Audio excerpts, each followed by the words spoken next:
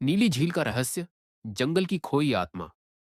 कहते हैं हर जंगल की अपनी एक आत्मा होती है, और अगर उस आत्मा को चोट पहुंचती है तो पूरा जंगल कराह उठता है। एक ऐसा ही जंगल था, नीलगिरी का जंगल। हरे भरे पेड़, रंग बिरंगे फूल, और बीचों बीच एक नीली झील। लोग कहते थे इस झील में चांदनी रात को जो भी अपनी परछाई देखता है उसकी जिंदगी बदल जाती है। लेकिन कैसे बदलती है ये कोई नहीं जानता था, क्योंकि जो भी देखता वो कभी लौटकर अपनी कहानी सुनाने नहीं आता। पर्दे पर एक प्यारा सा भूरा गिलहरी का बच्चा, गोलू, पेड़ों से झूलते हुए कभी ऊपर कभी नीचे दौड़ रहा है। यह है गोलू, जंगल का सबसे शरारती गिलहरी का बच्चा। वो हमेशा कुछ न कुछ ऐसा करता था कि बाकी जानवर हंसते भी और सिर पकड़ भी लेते।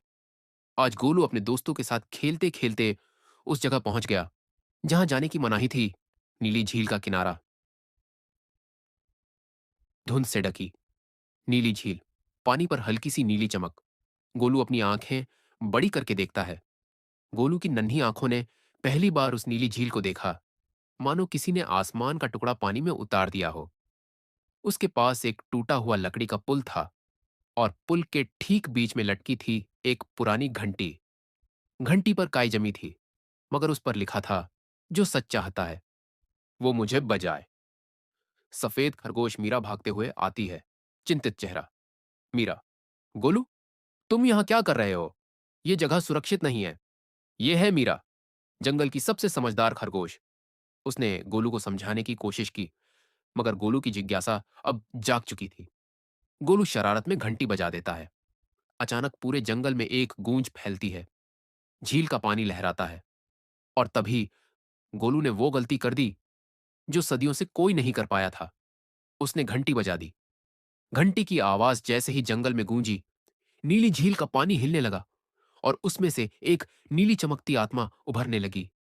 झील से नीली रोशनी में एक आकृति निकलती है। उसकी आवाज रहस्यमयी और धीमी है।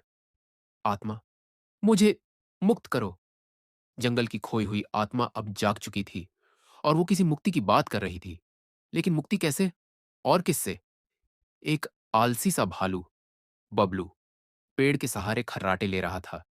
फिर गड़बड़ सुनकर उठता है। यही आता है जंगल का सबसे आलसी लेकिन प्यारा दोस्त, बबलू। उसने आंखें मलते हुए पूछा, अब क्या शरारत कर दी तुमने गोलू? दूर से किसी की भारी जूतों की आवाज आती है।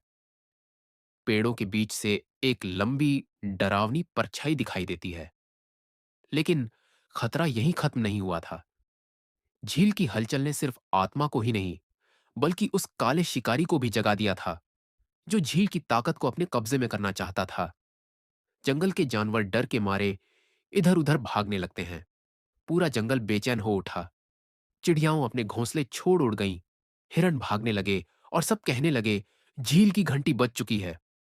अब अनहोनी तय है। मीरा गोलू का हाथ पकड़कर कहती है, हमें डरना नहीं, सच्चाई का सामना करना है। और तभी मीरा ने गोलू को पहली बार डांटा, डरने से कुछ नहीं होगा। अगर ये मुसीबत हमने लाई है तो इसे खत्म भी हम ही करेंगे। आत्मा बच्चों को अपने अतीत की झलक दिखाती है। कभी ये झील जंगल के देवता की पूजा का स्थान थी, लेकिन एक लालची इंसान ने इसे श्रापित कर दिया। आत्मा ने अपनी कहानी सुनाई।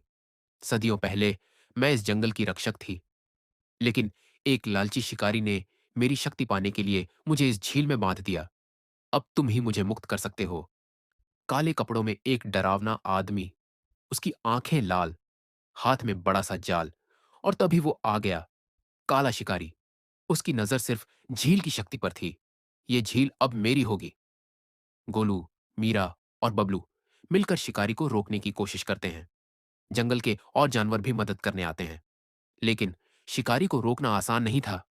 गोलू की चतुराई, मीरा की बहादुरी और बबलू की ताकत, सब एक हो गए। मीरा घंटी फिर से बजाती है। आत्मा झील से निकलकर शिकारी को घेर लेती है। घंटी की दूसरी आवाज के साथ आत्मा आजाद हुई, और शिकारी, वो नीली रोशनी में गायब हो गया, जैसे कभी था ही नहीं।